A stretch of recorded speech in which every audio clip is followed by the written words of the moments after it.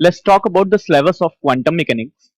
तो हम quantum mechanics के सिलेबस की बात करेंगे यहाँ पर, जिसका कंट्रीब्यूशन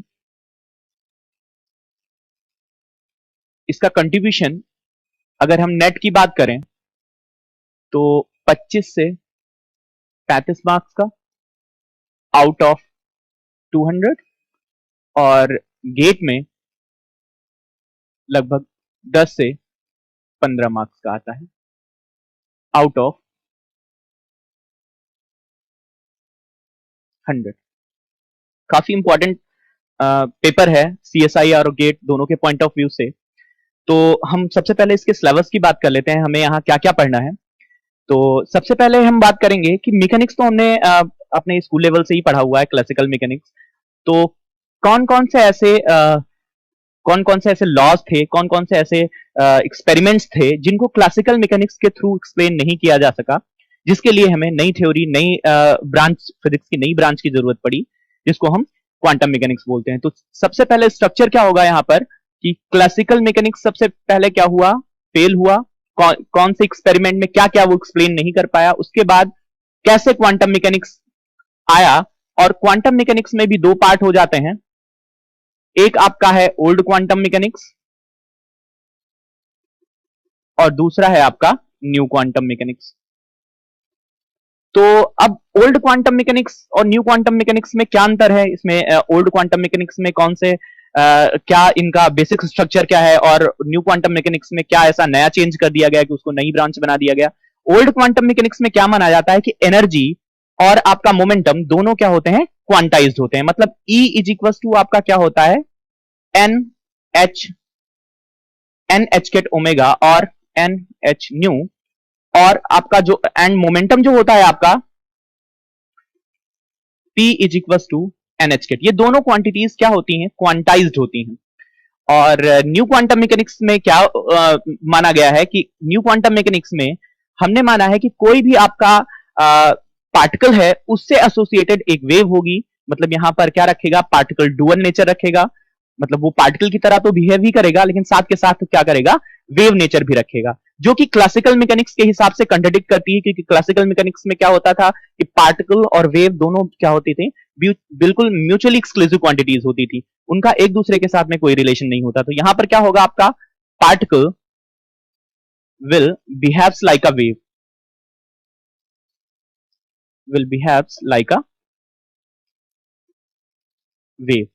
तो अगर ये वेव के तरीके से बिहेव करेगा तो इसकी वेवलेंथ भी होगी, तो इसकी फेज वेलोसिटी और ग्रुप वेलोसिटी भी होगी। तो यहां पर हम ये सारा कुछ डिस्कस करेंगे। फिर उसके बाद हम बात करेंगे पार्टिकल नेचर ऑफ रेडिएशन की। पार्टिकल नेचर ऑफ रेडिएशन की।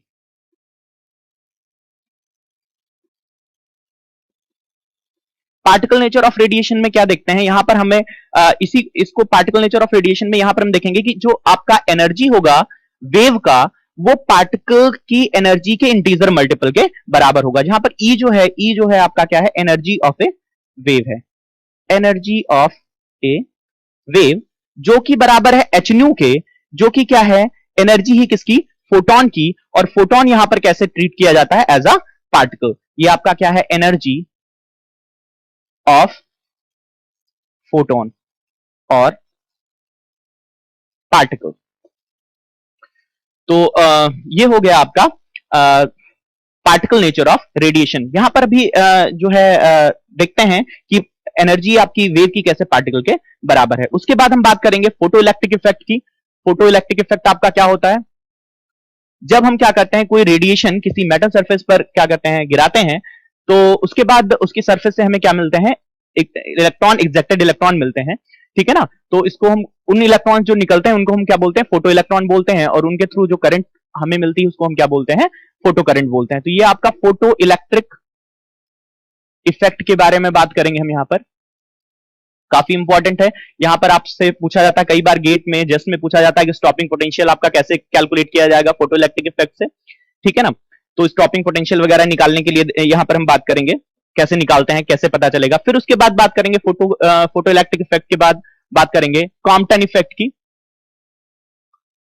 कॉम्पटन इफेक्ट भी आपने अपने ग्रेजुएशन लेवल में पढ़ा होगा कॉम्पटन इफेक्ट क्या होता है, delta lambda is equal to क्या होता है आपका h upon 1 minus cos theta. तो वहां पर आपने देखा होगा, यहां पर m जो है वो मास ऑफ इलेक्ट्रॉन है।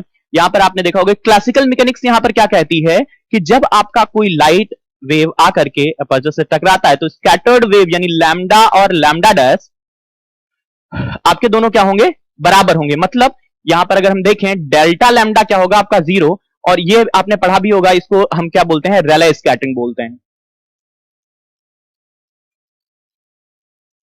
बट यहां पर कॉम्पटन इफेक्ट में क्या पता चला है कि आपका जो ये डेल्टा लैम्डा जो कि लैम्डा डैश माइनस लैम्डा है, डेल्टा लैम्डा, वो किस पर डिपेंड करता है, mass of the charge particle पर, और उसके बाद उनके स्कैटरिंग एंगल थीटा पर डिपेंड करता है। और उसके साथ में इसका कैसा वेरिएशन होगा यहां पर हम उसके बारे में पढ़ेंगे। फिर उसके बाद हम पढ़ेंगे पेयर प्रोडक्शन। पेयर प्रोडक्शन, इसको मेटलाइजेशन ऑफ रेडिएशन भी बोलते हैं।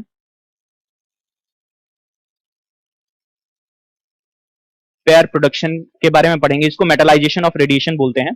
पेयर प्रोडक्शन क्या होता है कि जब हम क्या करते हैं, एक रेडिएशन को, मान लीजिए ये कोई रेडिएशन है, इसको हमने इंटरैक्ट करवा दिया एक न्यूक्लियस से, तो क्या मिलेगा हमें यहां पर, ये रेस्ट में है। इनिशियली इसको मोशन में भी रख सकते हैं, कोई जरूरी नहीं है, कोई स्टैंडर्ड कंडीशन नहीं है। अगर ये मोशन में इनिशियली होगा तो फिर इसके जब कंजर्वेशन ऑफ एनर्जी और मोमेंटम लगाएंगे तो उसके मोशन को भी कंसीडर करेंगे, बट जनरली हम यहाँ पर फॉर सिंप्लिसिटी रेस्ट में ले रहे हैं। तो यहाँ पर आपका जो न्यूक्लियस होगा वो तो यहाँ रहेगा ही रहेगा, उसके साथ में ये आफ्टर द स्कैटरिंग ये मूव भी कर सकता है, ये रेस्ट में भी हो सकता है। साथ में हमें यहाँ पर क्या मिलेगा, एक पेयर मिलेगा, पार्टिकल का पेयर। ये मान लीजिए आपका एक इलेक्ट्रॉन है और ये आपका क्या है, पॉजिट्रॉन है। ठीक है ना, मान लिया इनका एंगल जो है इधर थीटा है और ये क्या है आपका फाई है। ठीक है ना, इसका मोमेंटम जो है वो पीई प्लस और ये इसका मोमेंटम इसका पी माइनस है। ठीक है ना, तो इसको मेटलाइजेशन ऑफ रेडिएशन भी बोलते हैं। क्यों बोलते हैं, क्योंकि ये आपका रेडिएशन है और रेडिएशन क्या हो जा रहा है यहाँ पर, पार्टिकल में कन्वर्ट हो जा रहा है after the interaction of nucleus. यहाँ पर न्यूक्लियस का मेजर रोल है, हम यहाँ पर देखेंगे न्यूक्लियस का केवल इतना रोल है। हाँ, और इंटरेक्शन के बाद यहाँ पर न्यूक्लियस में कोई चेंज नहीं होगा, इसमें जो न्यूक्लियन में कोई चेंजेस नहीं आएंगे। ठीक है ना, इसका हम बताएंगे कि ये कैसे कैसे मतलब ये आपका पेयर प्रोडक्शन कैसे डिफरेंट है बीटा डीके से, क्योंकि वहां पर भी तो पेयर प्रोडक्ट होता है, बट वहां पर जो आपका जिससे आपका टारगेट मटेरियल होता है उसकी इंटरनल कैरेक्टरिस्टिक में चेंज आते हैं, जबकि यहां पर कोई चेंज नहीं होता है। यहां पर केवल न्यूक्लियस को लेने का एक ही मतलब है, ये क्या कर ले, मोमेंटम को, जो एक्स्ट्रा मोमेंटम है, ट्रांसफर्ड मोमेंटम, उसको क्या कर ले, कंजर्व कर ले। ठीक है ना, तो ये बात हो गई पेयर प्रोडक्शन की। फिर उसके बाद अगर पेयर प्रोड्यूस हो रहा है तो अगर हम क्या करें, किसी पार्टिकल और एंटी पार्टिकल को एनहिलेट करवाएं तो ये फिर से रेडिएशन में कन्वर्ट हो जाना चाहिए। तो इसके लिए हम क्या पढ़ेंगे, पेयर एनहिलेशन पढ़ेंगे। यहां पर पेयर एनहिलेशन, यहां पर क्या करेंगे, हम पार्टिकल और एंटी पार्टिकल को एनिलेट करवाएंगे डिफरेंट डिफरेंट एंगल पर। फिर उसके बाद हम बात करेंगे कि कब एक फोटोन निकलेगा, कब दो फोटोन निकलेंगे, कब तीन फोटोन निकलेंगे, या एक फोटोन निकलेगा भी कि नहीं निकलेगा, हमेशा दो फोटोन निकलेंगे। जैसे कि ये कंडीशन है, ये आपका क्या हो गया, मान लो ये एक इलेक्ट्रॉन है ऐसे जा रहा है, और ये आपका इलेक्ट्रॉन है ऐसे जा रहा है, और ये आपका क्या है, पॉजिट्रॉन है, और हमने हेड ऑन कोलिजन करवा दिया। तो आफ्टर द कोलिजन हमें यहां पर मान लो एक फोटोन मिला। तो ये प्रोसेस क्या पॉसिबल है, नहीं पॉसिबल है। कैसे, यहां पर देखो, इसका मोमेंटम इलेक्ट्रॉन का ये हो गया, पॉजिट्रॉन का मोमेंटम ये हो गया, ये दोनों vector quantity equal and opposite हैं क्योंकि मास दोनों का सेम होता है। तो नेट मोमेंटम इधर आपका क्या हो गया, जीरो हो गया, जबकि इधर कितना है, एच न्यू है, तो यहां पर मोमेंटम आपका जीरो नहीं है। ठीक है ना, तो अगर हेड ऑन कोलिजन करवा रहे हैं तो एक फोटोन आपका नहीं निकलेगा, कम से कम दो फोटोन निकलेंगे। ऐसे भी निकल सकते हैं, ये हो सकता है ऐसे भी निकले। ठीक है ना, मतलब एक फोटोन नहीं निकलेगा। अगर यही चीज क्या हो रही, समथिंग एंगल पर हो रही है, ठीक है ना, तब तो हम बोल सकते हैं, जैसे मान लो आपका ये इलेक्ट्रॉन है, एक आपका ऐसे गया और ये आपका पॉजिट्रॉन है, ये दोनों आकर के एनिहिलेट कर गया ऐसे, कुछ ऐसे। तो उसके बाद आपको यहां पर एक फोटोन मिल सकता है। क्यों, क्योंकि यहां पर नेट मोमेंटम आपका कितना हुआ, जीरो नहीं हुआ, यहाँ पर नॉन जीरो नेट मोमेंटम है, तो इस केस में आपको मिल सकता है। लेकिन इस केस में कभी भी आपको एक फोटोन नहीं मिलेगा। इसके बारे में और सारी बात करेंगे, बहुत ढेर सारा है। ठीक है ना, फिर उसके बाद हम नेक्स्ट इसके बाद बात करेंगे पार्टिकल की फेज वेलोसिटी, ग्रुप वेलोसिटी के बारे में। तो पार्टिकल की फेज वेलोसिटी क्या होती है आपने पढ़ी होगी, VP is equal to H by omega and sorry VP is equal to omega by K and VG is equal to D omega by D K. ठीक है ना। तो यहां पर हम फेज वेलोसिटी और ग्रुप वेलोसिटी की बात करेंगे। Phase velocity and group velocity.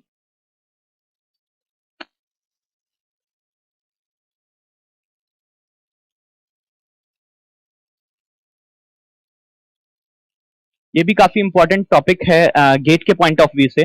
VP आपका होता है ओमेगा बाई के और वीजी होता है डी ओमेगा बाई डी के।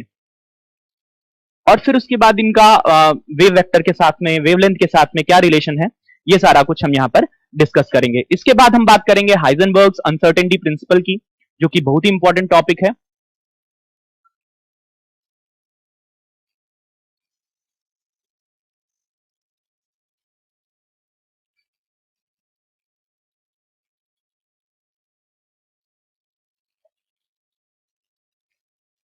ये ऐसा टॉपिक है कि हम लोग पढ़ते तो इसको हैं, हर बार बार पढ़ा हुआ है, बचपन से पढ़ते आए हैं, केमिस्ट्री में भी पढ़ा हुआ है, फिजिक्स में भी पढ़ा हुआ है, लेकिन इसके बारे में बहुत सारी आपको जो है करेक्ट इंफॉर्मेशन नहीं पता होती। आप क्या पढ़ते हैं, delta x into delta p is greater than is equal to H cut by to.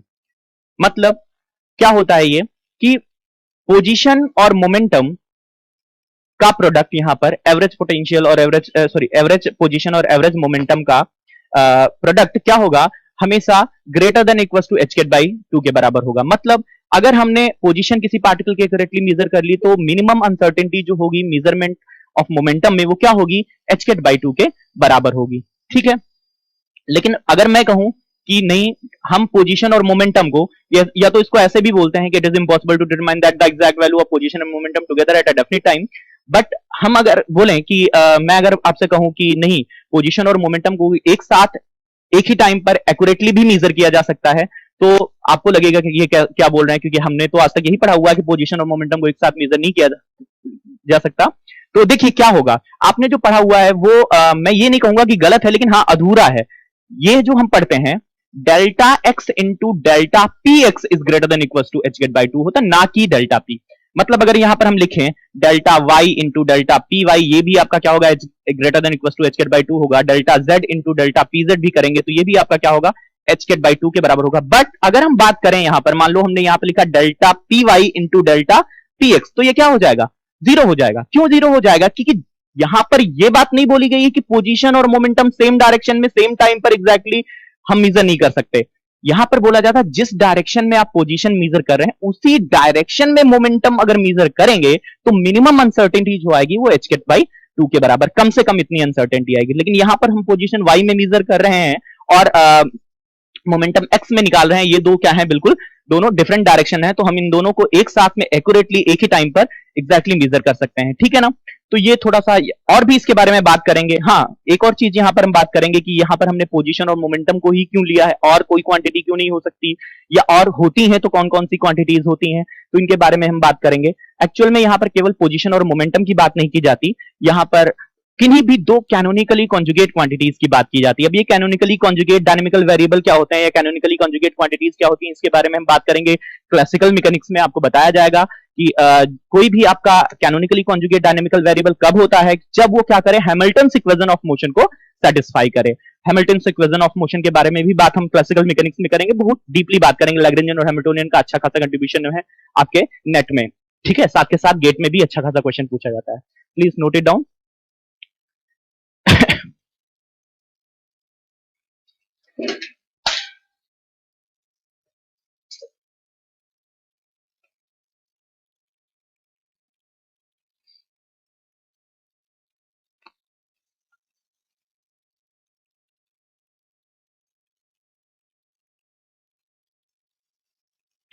ठीक है, इसके बाद हम बात करेंगे वेव फंक्शन की, जो कि सबसे इंपॉर्टेंट है क्वांटम मैकेनिक्स के लिए। क्योंकि क्लासिकल मैकेनिक्स में हम क्या पढ़ा हुआ है, हमने क्लासिकल मैकेनिक्स में आज तक हमने ये पढ़ा हुआ है कि अगर हमें किसी पार्टिकल की पोजीशन पता है, किसी पार्टिकल की पोजीशन पता है तो हमें उस पार्टिकल के बारे में पूरी जानकारी है। मतलब अगर हमें पोजीशन पता है तो एक बार उसको डिफरेंशिएट करके हम क्या करेंगे, वेलोसिटी निकालेंगे, दो बार डिफरेंशिएट करके एक्सेलरेशन कैलकुलेट करेंगे, मास से मल्टीप्लाई करेंगे, हमें फोर्स पता चल जाएगा। हम मतलब उसके बारे में सारी जानकारी कैलकुलेट कर सकते हैं। बट क्वांटम मैकेनिक्स में ऐसा नहीं होता। क्वांटम मैकेनिक्स में किसी भी सिस्टम की, सिस्टम यहां पर किसी एक सिंगल पार्टिकल को या कॉम्बिनेशन ऑफ पार्टिकल को बोला जा सकता है, ठीक है ना। तो यहाँ किसी सिस्टम की जो पूरी जानकारी होगी, पूरी उसकी जो कैरेक्टरिस्टिक होगी, पूरी सारी की सारी जानकारी उसके वेव फंक्शन में होती है, ठीक है ना। तो हमें किसी पार्टिकल के बारे में कुछ भी अगर जानना है, पता करना है, तो सबसे पहले हमें उसका क्या पता होना चाहिए, वेव फंक्शन पता होना चाहिए। तो ठीक है ना, तो किसी पार्टिकल का हमें वेव फंक्शन कैसे लिखना है, ठीक है ना, उसके लिए क्या क्या कंडीशंस होनी चाहिए, इसके बारे में हम यहां पर बात करेंगे, ठीक है ना। कि वो जो, हाँ, फिर उसके बाद बात करेंगे कि वेव फंक्शन जो आपने लिखा है वो एक्चुअल में एक्सेप्टेबल है कि नहीं है। वेव फंक्शन की एक्सेप्टेबिलिटी चेक करेंगे, ठीक है ना। और फिर उसके बारे में, उसके बाद ये भी यहां पर पता करेंगे कि ठीक है, ये कंडीशंस तो होनी चाहिए, बट क्यों होनी चाहिए। मतलब वेव फंक्शन जैसे आपने पढ़ा होगा पहले कि वेव फंक्शन आपका क्या होना चाहिए, सबसे पहले सिंगल वैल्यूड होना चाहिए, फिर उसके बाद क्या होना चाहिए, कॉन्टिन्यूअस होना चाहिए, डिफरेंशिएबल होना चाहिए, ठीक है ना। तो ऐसा क्यों होना चाहिए, इनके पीछे क्या रीजन है, ठीक है ना। और आपने पढ़ा होगा स्क्वायर इंटीग्रेबल होना चाहिए, तो इनके पीछे क्या रीजन, क्यों ये प्रॉपर्टी सेटिस्फाई करे, उसके बारे में हम बात करेंगे वेव फंक्शन में आगे चल के, ठीक है ना। देन इसकी एक्सेप्टेबिलिटी चेक करेंगे कि wave function certain limited region में आपका एक्सेप्टेबल है या नहीं है।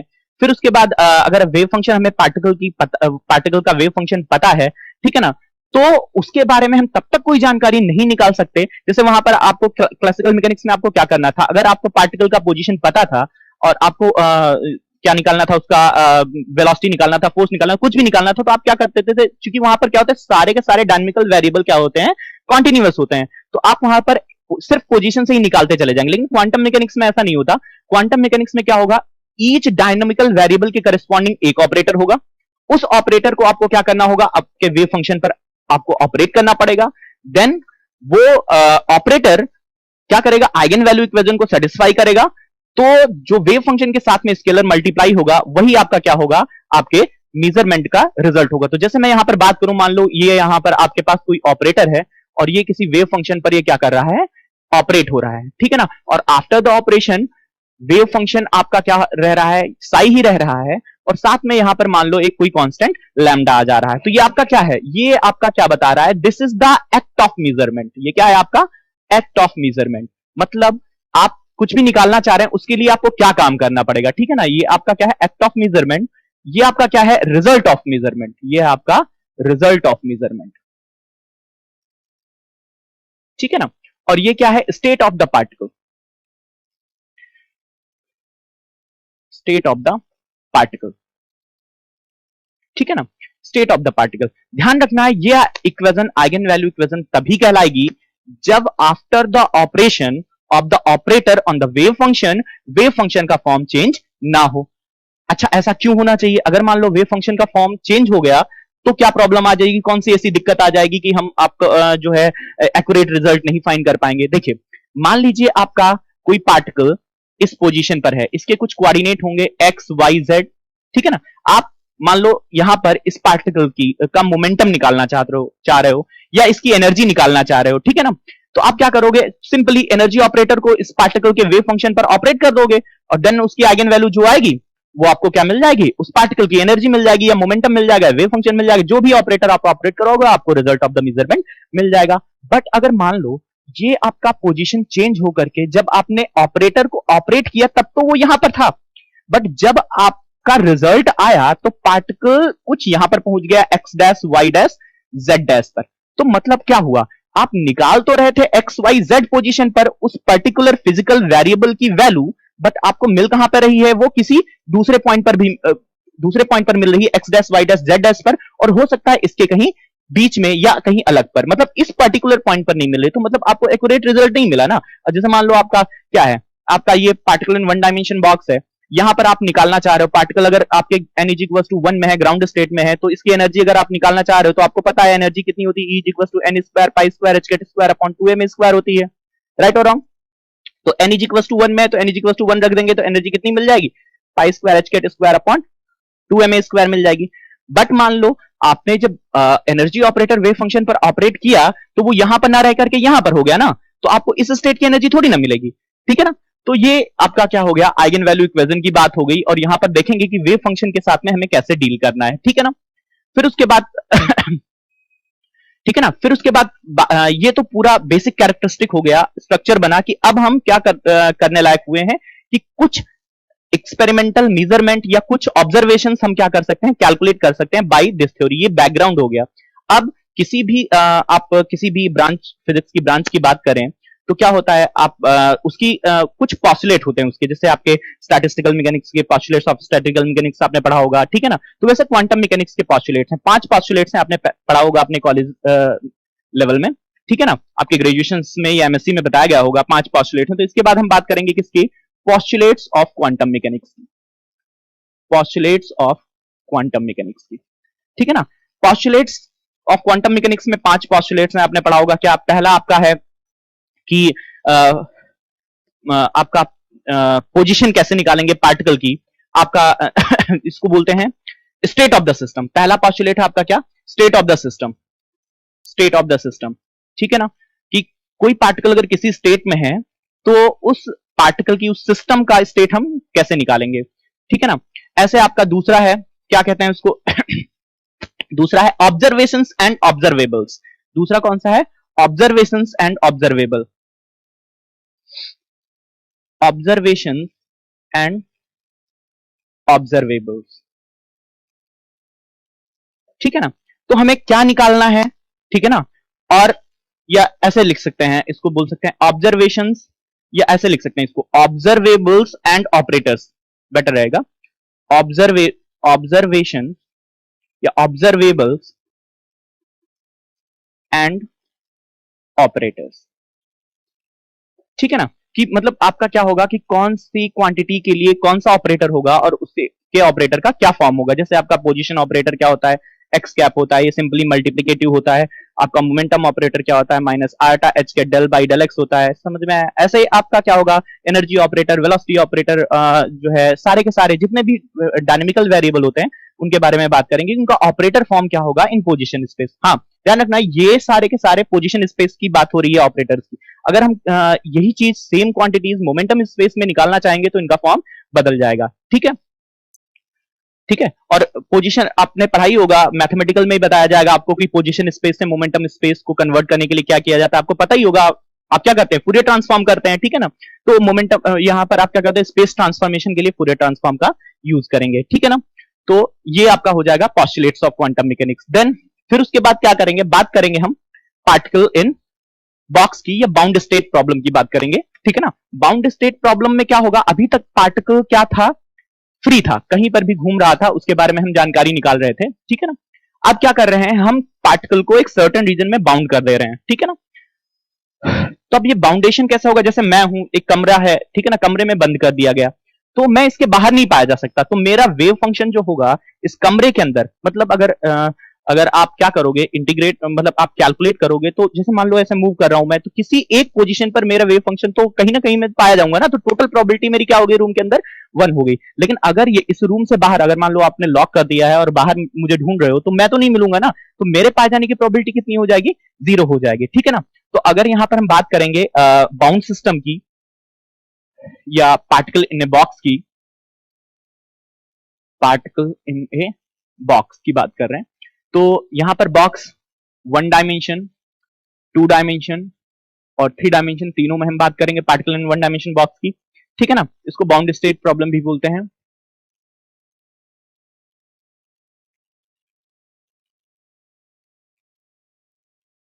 बाउंड स्टेट प्रॉब्लम, ठीक है ना, बाउंड स्टेट प्रॉब्लम हो जाएगा इसमें। अब देखो बाउंड्रीज कैसे कैसे आएंगी, यहां पर क्या होगा, हम एक बात करेंगे पोटेंशियल स्टेप की, दूसरा बात करेंगे पोटेंशियल बैरियर की, तीसरा बात करेंगे पोटेंशियल वेल की, ठीक है ना, ठीक है। पोटेंशियल वेल की 3 तरीके के पोटेंशियल्स होंगे, 3 तरीके के बैरियर हमारे पास होंगे, 3 तरीके की बाउंडेशन हमारे पास होंगी। फिर उसके बाद हम देखेंगे कि पार्टिकल अगर इस तरीके की बाउंड्री से गुजरता है तो उसके वेव फंक्शन और उसके फिजिकल ऑब्जर्वेबल्स पर क्या क्या चेंजेस आते हैं, क्या क्या वैरी होता है यहां पर, उसके बारे में बात करेंगे, ठीक है ना। तो अब यहां पर अगर हम बात करें तो ये आपका क्या हो जाएगा, दो पार्ट में डिवाइड हो जाएगा। कौन कौन से पार्ट में डिवाइड हो जाएगा? एक तो हो जाएगा आपका infinite potential well, infinite potential well, और दूसरा हो जाएगा आपका क्या, फाइनाइट पोटेंशियल वेल। इसको आप ऐसे भी समझ सकते हैं कि जैसे मान लो ये एक कमरा है, कमरे की दीवार, ये जो है हमारी बैरियर है, तो ये अगर इनफाइनाइट हाइट की है, ठीक है ना, तो मैं कितना भी कोशिश कर लूं, चढ़ना चाहूं, कैसे भी करना चाहूं, मैं इसको क्रॉस करके बाहर नहीं निकल सकता, ठीक है ना। तो ये हो गई आपकी इनफाइनाइट पोटेंशियल वेल, कुछ ऐसे इसको रिप्रेजेंट करेंगे, ठीक है ना। ये दीवार इनफाइनाइट हाइट की, ये दीवार इनफाइनाइट हाइट की, पार्टिकल आपका कहीं इसके बीच में पाया जाएगा किसी एक इंस्टेंट ऑफ टाइम पर, ठीक है ना। ये मान लो x इज इक्वल टू 0 हो गया, ये x is equal to l हो गया। यहाँ पर पोटेंशियल कितना होगा, v is equal to infinity होगा, यहाँ पर v is equal to infinity होगा, ठीक है ना। यहाँ पर इनसाइड आपका v इज इक्वल टू कितना होगा, 0 होगा। यहाँ पर पार्टिकल का वेव फंक्शन 0 होगा, क्योंकि कितना भी कोशिश कर ले, इनफाइनाइट दीवार है, तो आपका चढ़ करके पार्टिकल इधर नहीं आ सकता, आप चढ़ करके इधर नहीं आ सकते, ठीक है ना। और इस साइड में भी आपका वेव फंक्शन कितना होगा, 0 होगा, क्योंकि पार्टिकल के पाए जाने की प्रोबेबिलिटी 0 है। लेकिन inside the particle, inside the box, particle का वेव फंक्शन कितना होगा, नॉन जीरो होगा। कहीं ना कहीं किसी एक पॉइंट पर पार्टिकल जरूर पाया जाएगा। तो ये हो गई इनफाइनाइट पोटेंशियल वेल की बात। अगर हम इधर बात करें फाइनाइट पोटेंशियल वेल में, तो ये है आपका finite potential well, x is equal to 0 to x is equal to आपका l। ये मान लो फाइनाइट पोटेंशियल वेल को कुछ ऐसा समझ लो कि मतलब ये है, ठीक है, बाउंड्री है आपके पास, लेकिन उसकी कुछ हाइट है, सर्टेन हाइट। जैसे मान लो यहां पर कितनी है, मान लिया हमने इसकी हाइट कितनी है, v नॉट है।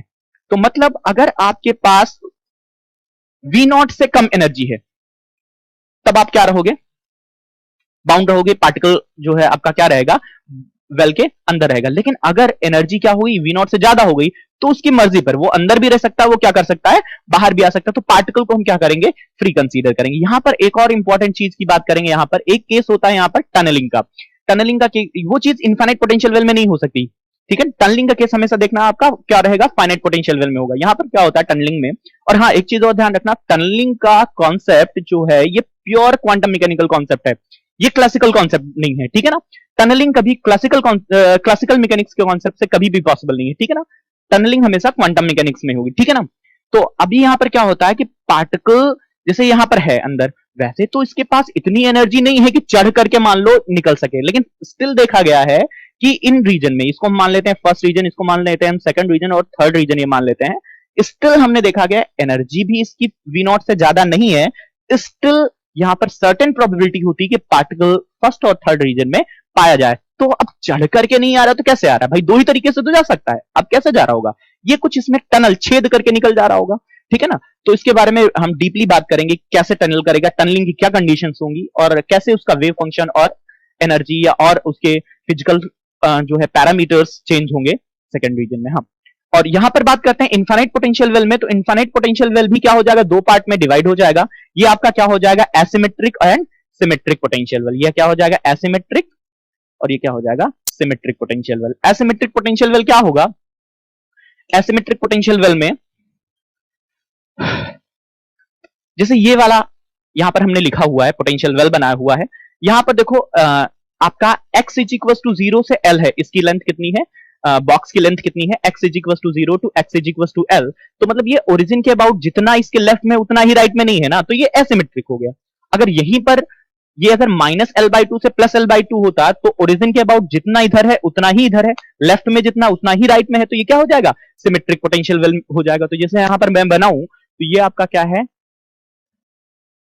इनफाइनाइट पोटेंशियल वेल है, ठीक है ना। ये x is equal to 0 to x is equal to l, तो ये क्या हुआ, एसिमेट्रिक हुआ ना, क्योंकि देखो जो आपका मीन पोजीशन है उसके अबाउट जो है आपका सेम लेफ्ट और राइट में सेम उतना ही रीजन नहीं है। अगर हम इसकी बात करें, ये देखो आपका इनफाइनाइट पोटेंशियल वेल है, ये मान लिया हमारा क्या है, x इज इक्वल टू 0, ये आपकी x एक्सिस हो गई, और ये आपकी क्या हो गई, vx एक्सिस हो गई, ठीक है। ये मान लिया x is equal to minus l by two है, और ये x इज इक्वल टू कितना है, प्लस एल बाई टू। ये माइनस एल से प्लस एल मान सकते हैं, बस इतना ध्यान रखना है कि जितना ओरिजिन के लेफ्ट में होगा उतना ही अगर राइट में है, तो वो आपका क्या हो जाएगा, सिमेट्रिक पोटेंशियल वेल हो जाएगा, ठीक है ना। हम जनरली पढ़ तो लेते हैं सिमेट्रिक पोटेंशियल वेल और एसिमेट्रिक पोटेंशियल वेल, लेकिन ये चीज बहुत कम लोगों को पता होती है कि ये क्यों इनफाइनाइट पोटेंशियल वेल में ही पॉसिबल है, फाइनाइट पोटेंशियल वेल में सिमेट्रिक और एसिमेट्रिक का केस क्यों नहीं आता। ये आता है तो क्या चेंजेस आते हैं, क्या उसमें लेते हैं, कंसीडर करते हैं या नहीं कंसीडर करते हैं, या जनरली आपने देखा होगा सिमेट्रिक की बात फाइनाइट पोटेंशियल वेल में नहीं करते हैं, तो क्यों नहीं करते हैं इसके बारे में भी हम यहाँ पर डिस्कस करेंगे, ठीक है ना। तो ये तो हो गया आपका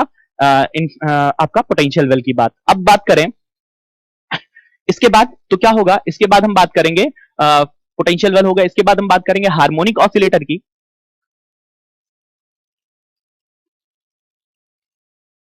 हार्मोनिक ऑसिलेटर की बात करेंगे।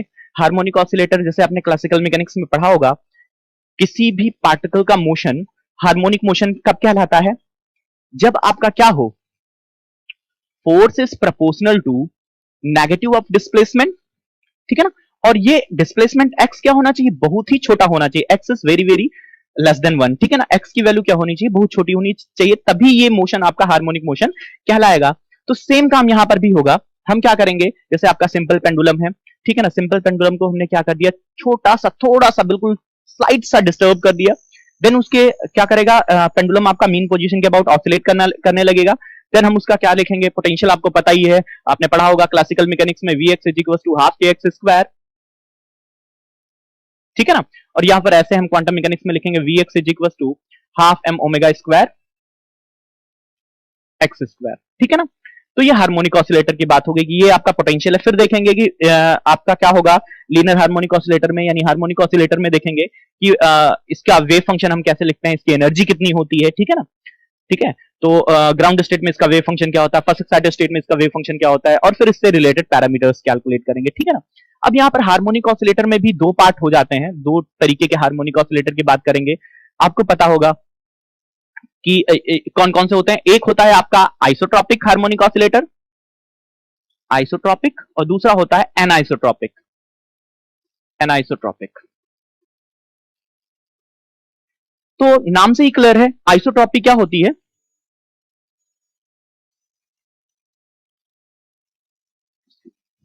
पॉज पॉज कर दीजिए, मतलब क्या है ये, क्या पॉज कर दीजिए ना, कंटिन्यू कर लेंगे फिर उसके बाद समझा दीजिए।